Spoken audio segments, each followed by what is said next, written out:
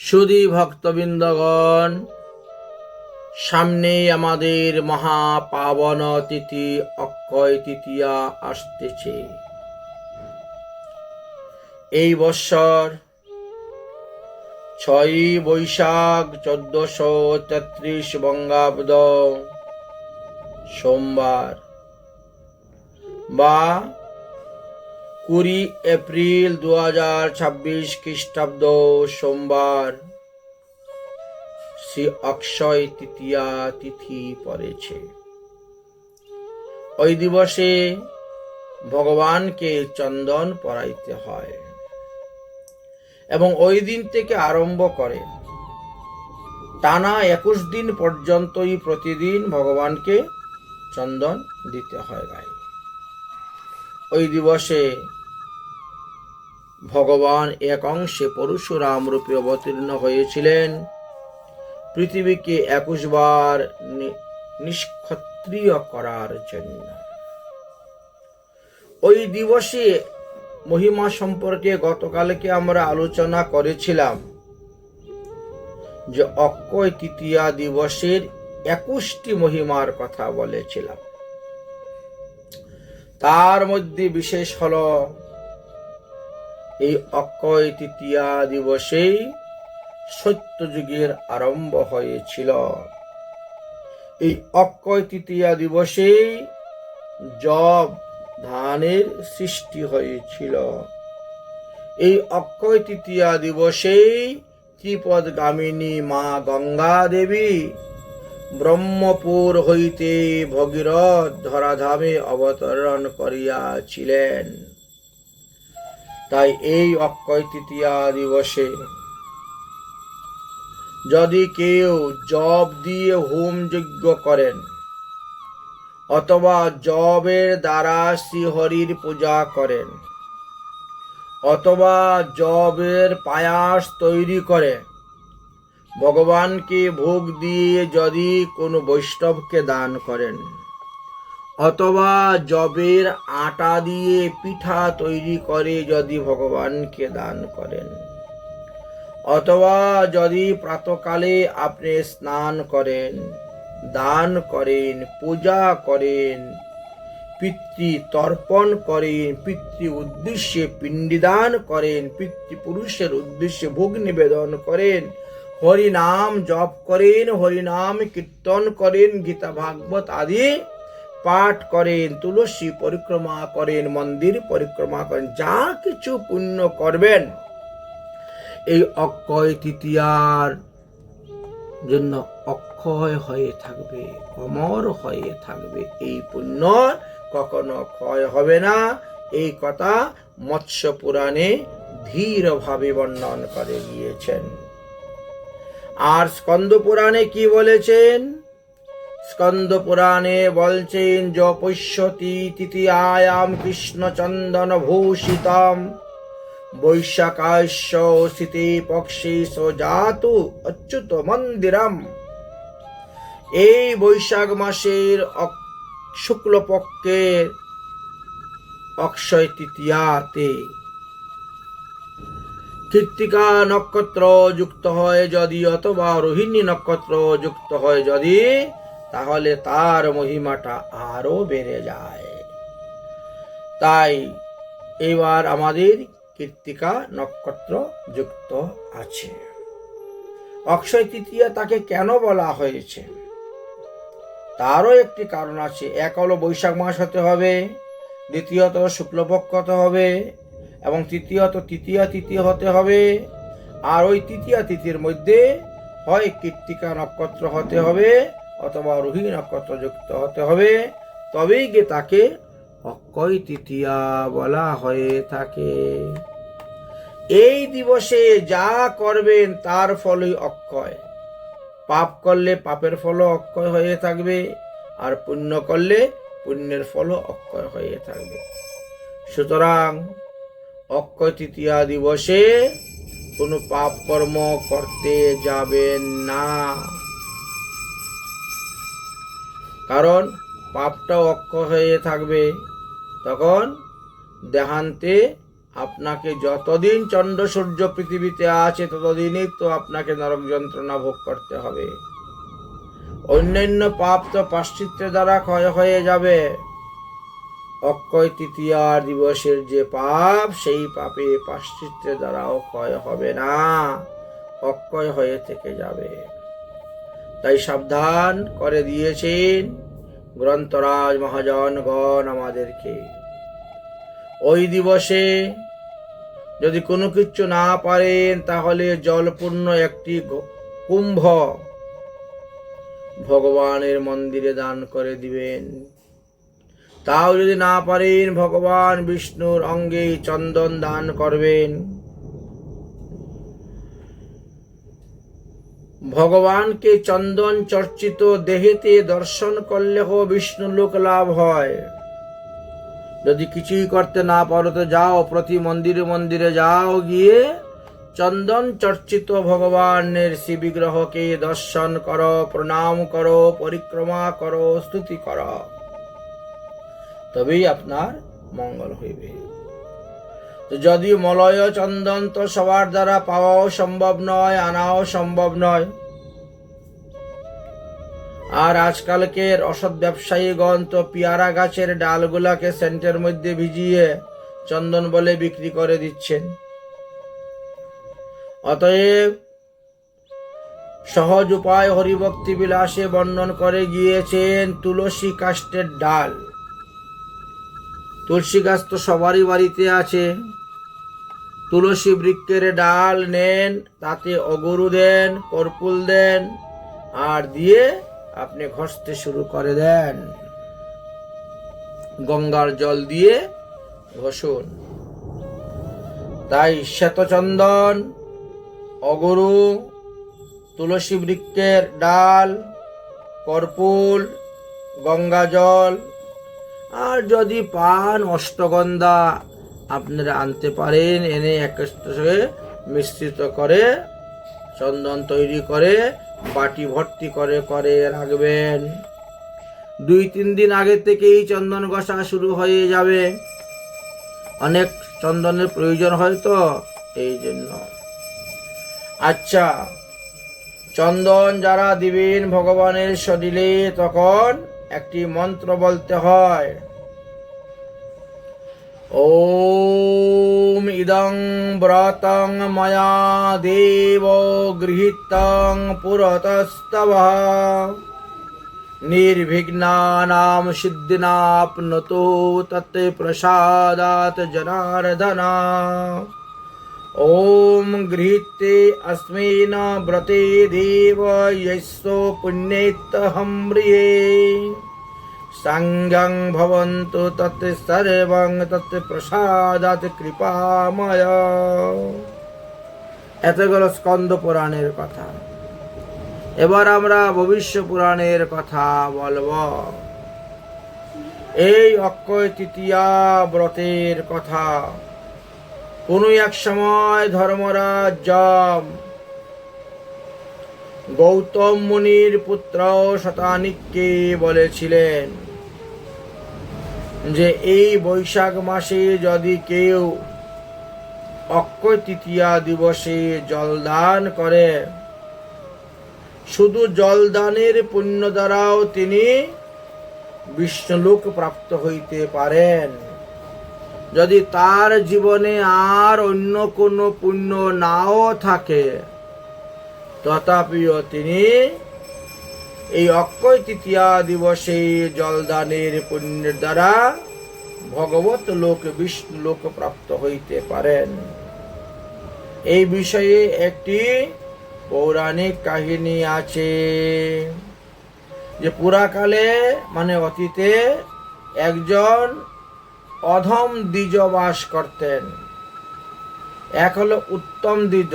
উত্তম দ্বিজ কাকে বলা হয়? যিনি বিষ্ণু মন্ত্রে দীক্ষা গ্রহণ করেছেন, যিনি হরিভজন করেন, যিনি সদাচার পালন করেন, তাকে বলা হয় উত্তম দ্বিজ। যে বিষ্ণু মন্ত্রে দীক্ষা গ্রহণ করে নাই, উপনয়ন সংস্কার করেছে, দেবদেবীর মন্ত্রে দীক্ষা গ্রহণ করেছে, দেবদেবী পূজা নিয়ে ব্যস্ত থাকেন। তিনি হলেন মধ্যম দ্বিজ। আর যে দ্বিজের উপনয়ন সংস্কার হয় না, অর্থাৎ ব্রাহ্মণ ঘরে জন্মগ্রহণ করা সত্ত্বেও উপনয়ন সংস্কার হয় নাই বা হলেও তিনি হরিভজন করেন না, মদ্য মাংস মৎস্য সেবা করেন, চুরি ডাকাতি করেন, ব্রাহ্মণের যে গুণ কোনো গুণই তাহার মধ্যে নেই, সততা, কপটতা, চুরি ডাকাতি, এমনকি মনুষ্য হত্যা করা, জীব হত্যা করা, প্রাণী হত্যা করা কাজ করেন, তিনি হলেন অধম ব্রাহ্মণ, পতিত ব্রাহ্মণ। তাই এখানে বলছেন উপনয়ন সংস্কার হওয়া সত্ত্বেও এক অধম দ্বিজ ছিল। সে খালি নিজের উদর পূরণে ব্যস্ত থাকত, সে কখনো অন্যের ভোজনে দিত না, অন্যকে ভোজন করাত না, কখনো কোনো প্রকার দান দিত না বা যজ্ঞ আদি উৎসব করতেন না। একদিন এক পথিক তৈত্রিক ব্রাহ্মণ তীর্থ ভ্রমণ করতে করতে এই অধম ব্রাহ্মণের বাড়িতে এসে উপস্থিত হয়েছে এবং বলছেন, আমি পিপাসাযুক্ত, ক্ষুধার্ত, আমাকে কিছু খেতে দাও। তখন ওই অধম ব্রাহ্মণ কি বলছে? অন্নং নাস্তি জলং নাস্তি মদগৃহে নাস্তি চ আসনম অন্যত্র গচ্ছ দুর্বুদ্ধি জলম পিবম যতুস্পৃতাম। অধম ব্রাহ্মণ কি বলল?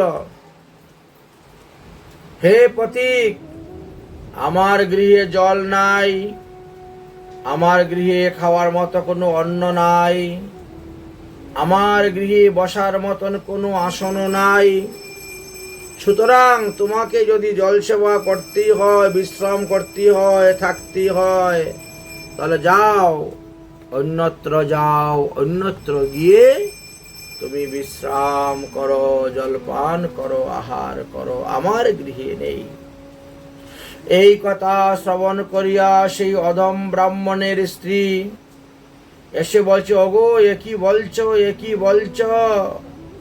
তৃষ্ণার্ত অতিথিকে এইভাবে বলতে নাই।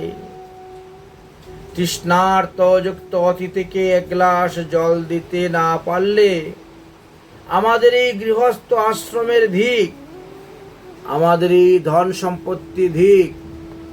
শুধু নিজের উদর পূরণের জন্য যারা ধন সম্পত্তি অর্জন করে রাখে, তারা তো পশু পাখির মতন, তারা মনুষ্যত্ব নেই, মনুষ্যত্ব অর্জন হতে পারে নাই, এভাবে বলতে নাই।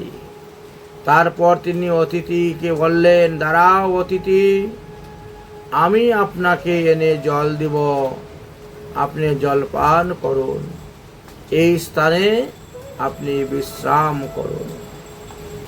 ওই ব্রাহ্মণীর নাম ছিল সুশীলা। তিনি জলদান করলেন। দৈবক্রমে ওই দিনটি ছিল বৈশাখ মাসের শুক্লপক্ষ অক্ষয় তৃতীয়া দিন। ব্রাহ্মণ বসে জলপান করতেছেন, করে যখন কথাবার্তা বলতেছেন, এমন সময় হঠাৎ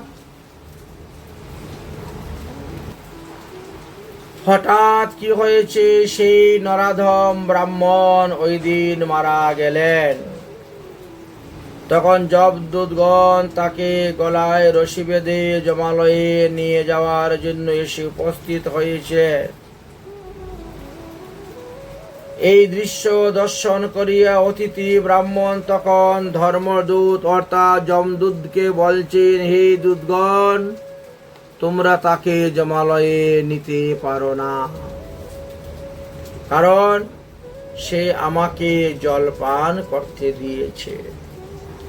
তখন যমদূতগণ বলছেন, আমরা তো জানি সে আপনাকে জল দেয় নাই, তাহার স্ত্রী আপনাকে জল দিয়েছে। সুতরাং এই অধম ব্রাহ্মণকে আমরা যমালয়ে নিয়ে যাব। অতিথি বিপ্র বললেন, হে দূতগণ, তোমরা আগে ধর্মরাজ যমকে জিজ্ঞাসা করো, তারপর যা করার তাই করিও। অতঃপর দূতগণ যমালয়ে গেলেন। ধর্মরাজ যমের নিকটে উক্ত ঘটনা খুলে বললেন। ধর্মরাজ যম তখন তিনার দূতদেরকে বললেন, হে দূতগণ, শোনো মোর বচন। বৈশাখে শুক্ল পক্ষশ্চ তৃতীয়ায়াং বিধানত তস্য পত্নী সুধর্মজ্ঞা ব্রহ্মণায়া জলং দদৌ। এই যে বৈশাখ মাসের শুক্লপক্ষের অক্ষয় তৃতীয়া দিবসে ওই ব্রাহ্মণের পত্নী অতিথি ব্রাহ্মণকে জলপান করাইয়াছে, এতেই তো এদের সবার পাপ নষ্ট হইয়াছে। ততো জন্মাতরং প্রাপ্যম সবিপ্রম বৈষ্ণভূত অভুবাত। অতএব আগামী জন্মেতে এই অধম, এই নরাধম ব্রাহ্মণী দেখো বৈষ্ণবের গৃহে গিয়ে জন্মগ্রহণ করবে, পরম বৈষ্ণব হবে, পরম দানবীর হবে। এবং এই মহিলাও কোনো এক বৈষ্ণবের কন্যা রূপে জন্মগ্রহণ করবেন এবং আবার তাদের স্বামী স্ত্রী উভয়ই মিলন হবে, বিবাহ হইবে এবং তারা ধর্ম আচরণ করিবে নিজেরা এবং ধর্ম জীবদেরকে শিক্ষা দিবে। তারপর তারা আমার নিত্যধামে চলে আসবে। তাহলে বৎসরের মধ্যে মাত্র একদিন জলদানের এতই মহিমা। আর যারা প্রতিদিন জলদান করে যাচ্ছেন তাদের কথা আর কি বলবো। তাই ওই দিবসে জলদান করা অত্যন্ত উত্তম। ভগবানের সেবা পূজা অর্চন করাও উত্তম। দেহ তুলসী কাষ্ঠ চন্দনে অনুলিপ্ত করত শ্রীহরির অর্চনা করিলে শত শত বৎসর অর্চনা করলে যেই ফল পাওয়া যায়, এই অক্ষয় তৃতীয়া দিবসে একদিনই মাত্র অর্চন করিলে সেই ফল লাভ করা যায়। এমনই হলো অক্ষয় তৃতীয়া দিবসে ভগবানের পূজা করার মাহাত্ম্য। আচ্ছা, অক্ষয় তৃতীয়া দিবসে যে আপনারা ভগবানকে চন্দন পরাবেন, সেই চন্দন দেওয়ার মন্ত্রটা আমি দিয়ে দিব আপনাদেরকে। আপনারা দেখে দেখে ওটা লিখে নিবেন।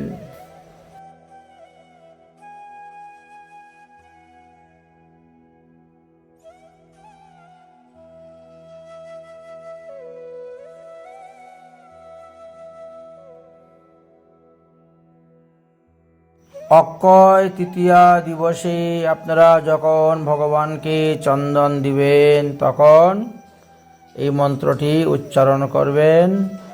ওম তং যজ্ঞং বরিষ্ঠি ঘোখর্ণ পুরুষ জাতত্র কৃত তেন দেবা অযজন্ত শ্রদ্ধা ঋষয়শ্চ ইয়হি শ্রীখণ্ডম চন্দনম দিব্যম গন্ধাঢ্যম সমতোহরম বিলুপেন সুরশিষ্টং চন্দনং প্রতি গৃহ্যতাম।